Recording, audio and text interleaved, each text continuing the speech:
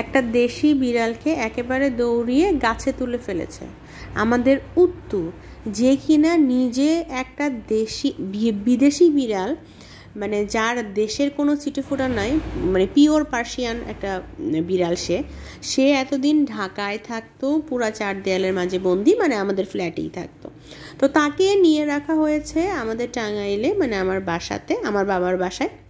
সেখানে এখন তার এই অবস্থা, সে এখন লিডার হয়ে গিয়েছে, মানে ওইখানে দেশি বিড়ালদের সাথেও সে প্রতিযোগিতা করে। মানে সে তাদেরকে ভয় দেখিয়ে দেখেন একেবারে গাছে তুলে ফেলেছে। এখন গাছে তুলে সে নিচে বসে আছে। এই ভিডিওটা আমার ভাই জানালা দিয়ে করেছে উত্তর অবস্থা দেখানোর জন্য।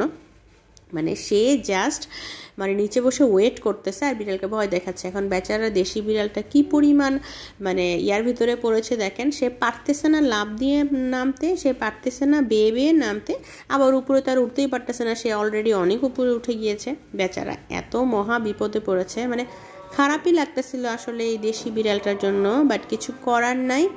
মানে সে এই অবস্থা করে বেড়াচ্ছে, এখন পুরো লিডার হয়ে গেছে।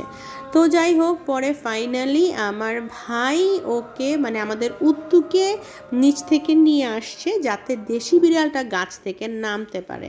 মানে এতটা ভয়ঙ্কর একটা পরিস্থিতি সে ক্রিয়েট করেছে। সে মাঝে মাঝে নাকি এই ধরনের উদ্ভট মানে কীর্তিকলাপ ঘটায়। সে সারাদিন বাসাতেই থাকে না, সে কোথায় কোথায় ঘুরে বেড়ায় আল্লাহই জানে।